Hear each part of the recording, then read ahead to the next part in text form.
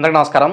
ఇవాళ మన స్టూడియోలో ప్రముఖ ఆధ్యాత్మికవేత్త, ఆస్ట్రాలజర్, దత్తాత్రేయ గణపతి ఉపాసకులు మురళీధర్ శర్మ గారు ఉన్నారు. గురువుగారితో మాట్లాడదాం.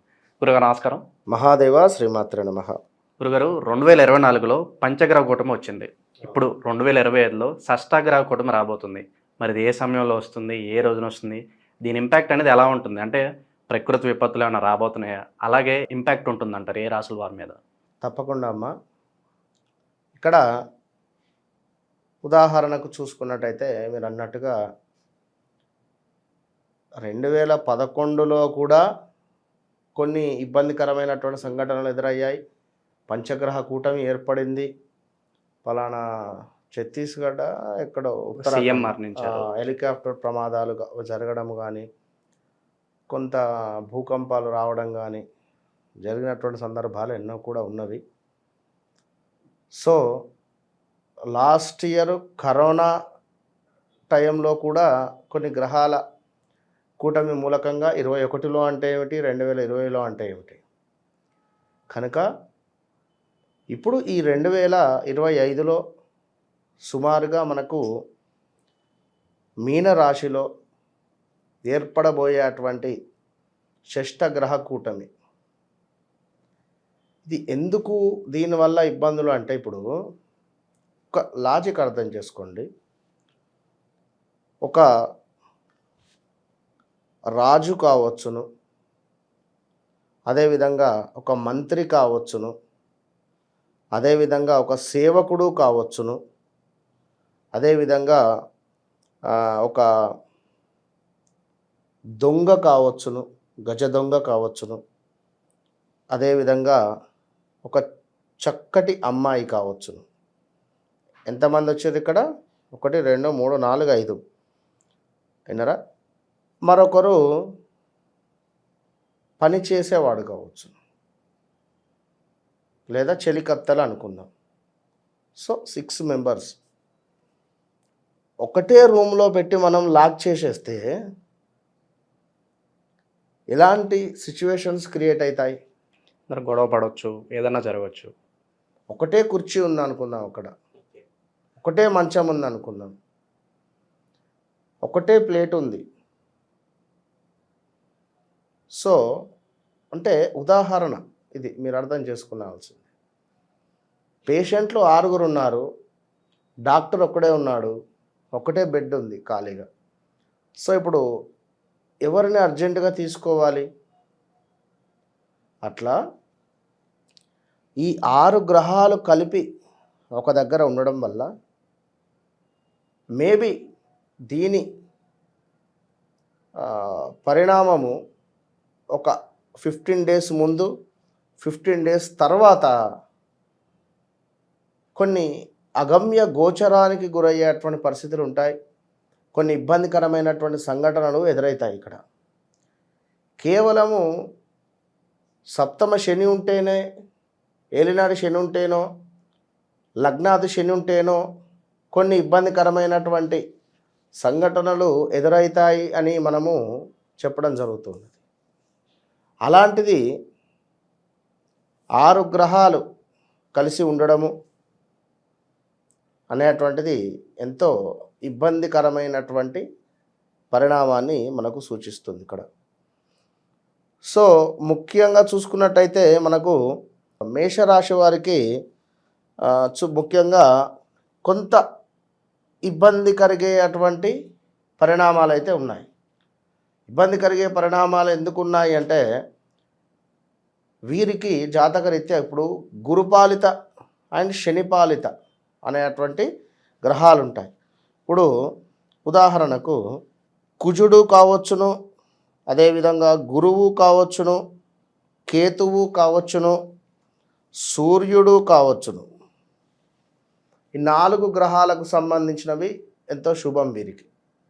సో ఈ 4 గ్రహాలలో సూర్యుడు 12వ భావంలో ఉన్నాడు కనుక, సూర్యుని మూలకంగా మనకు ఈ యొక్క గ్రహాలకు సంబంధించినటువంటి రారాజు కనుక ఏదో ఒక అద్భుతం వీరి జీవితంలో జరిగే ఛాన్సెస్తో పాటు కొంత స్థానచలనం కానీ, హెల్త్ రిలేటెడ్ ఇష్యూస్తో పాటు ధర్మంగా ఉంటే వీరు అద్భుతమైనటువంటి ఫలితాలు ఉంటాయి.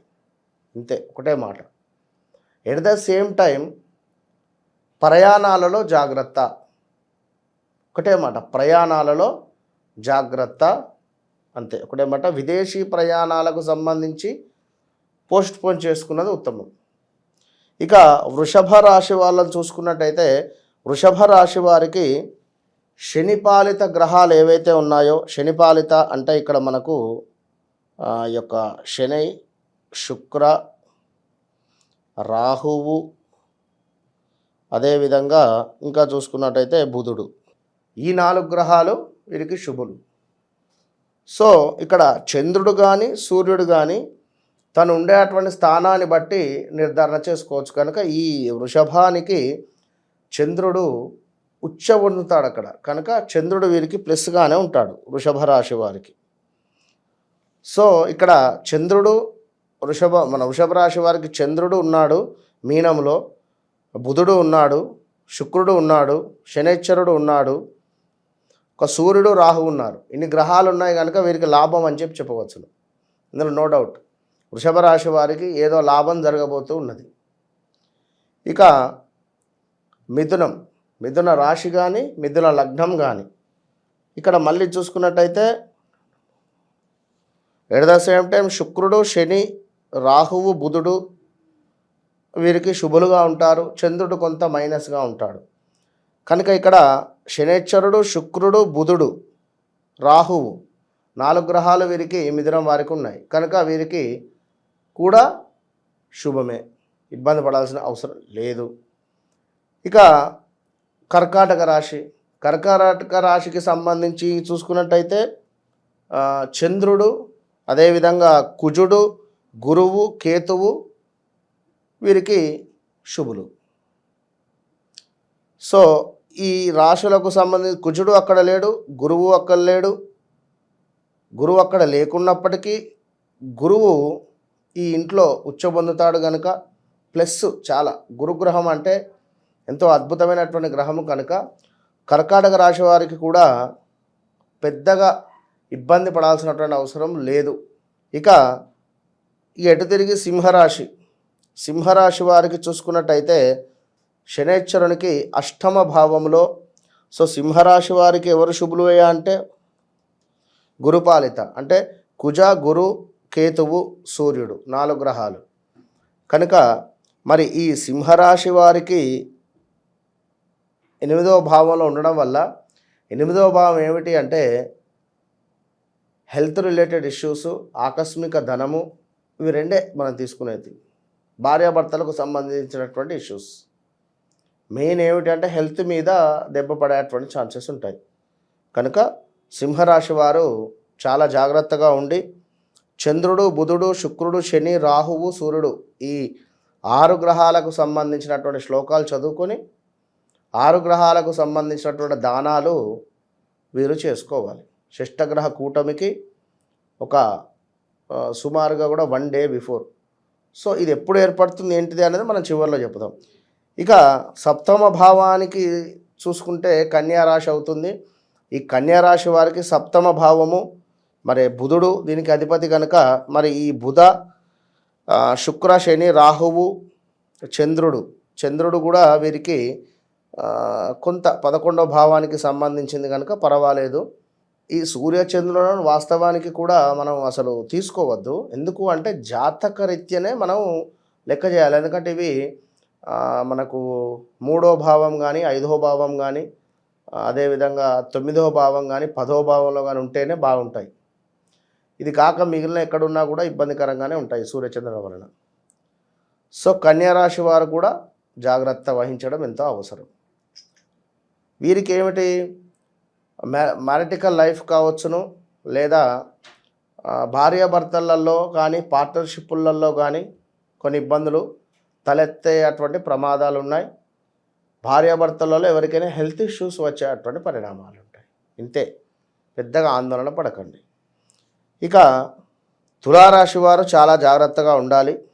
తులారాశి, సింహరాశికి 8వ భావం అయింది, తులారాశికి 6వ భావం అవుతున్నది. సో చాలా జాగ్రత్తగా ఉండాలి తులారాశి వారు. ఇది జరుగుతుంది అని మనం చెప్పలేము, కానీ కొన్ని అవమానాలు కావచ్చును, కొన్ని ఇబ్బందులు కావచ్చును, మన అనుకున్నటువంటి వారి నుండి మనకు మైనస్ వాతావరణం ఏర్పడడం కావచ్చును. ఇలాంటివి కొన్ని జరిగేటువంటి సంఘటనలు పొంచి ఉన్నాయి. మాట జాగ్రత్త. అండ్ హెల్త్ ఇష్యూస్, సింహరాశి, తులారాశి హెల్త్ విషయాలలో చాలా జాగ్రత్త వహించడం అవసరము. ఇక అటు పిమ్మట వృశ్చిక రాశి. వృశ్చిక రాశికి కుజ, గురు, కేతువులు ఎంతో శుభులు. అదేవిధంగా చూసుకున్నట్టయితే సూర్యుడు కూడా కొంత పర్వాలేదు, 10వ భావం కనుక. సో సూర్యుడు అక్కడ ఉన్నాడు వృశ్చిక రాశికి.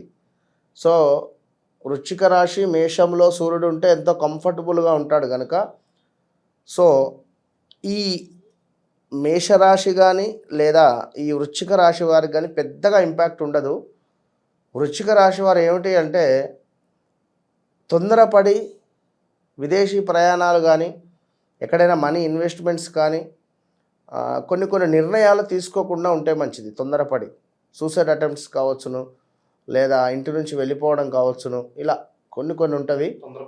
నిర్ణయాలు తీసుకోవద్దు. ఇక ధనస్సు రాశి వారు చాలా జాగ్రత్తగా ఉండాలి. వారి తల్లిగారికి కావచ్చును, వారి ఇంట్లో కావచ్చును కొన్ని ఇబ్బందులు తలెత్తేటువంటి ప్రమాదాలు పొంచి ఉన్నాయి. Be careful. మకర రాశి వారికి సమాజంలో ఉండేటువంటి గౌరవ మర్యాదలు కావచ్చును, లేదా ఎవరైనా చెప్పినటువంటి విషయాలు వీరు వినకుండా వీరి పని వీరు చేసుకోవడం వల్ల కానీ కొంత హెల్త్ రిలేటెడ్ ఇష్యూస్ వచ్చే ప్రమాదాలు ఉన్నాయి. ఇక ఎస్పెషల్లీ చెప్పుకోవాల్సింది కుంభరాశి, మీనరాశి. కుంభరాశి వారు ఈ ఫిబ్రవరి, మార్చ్ ఎంత ఓపికగా ఉంటే అంత మంచిది. ఏది మాట్లాడినా ఆచితూచి మాట్లాడండి.